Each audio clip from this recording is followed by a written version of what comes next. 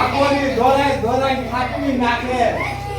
હે લગવા તારા છોકરાની બાયનું શું થયું?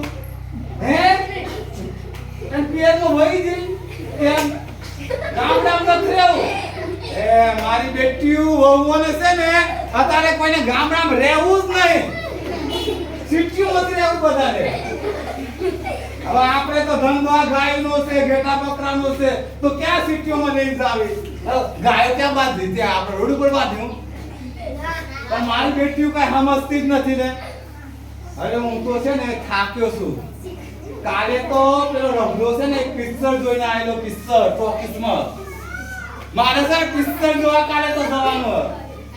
અરે મારા છોકરા મેં વિધાન કાલે ગાયમાં મોકલીશ.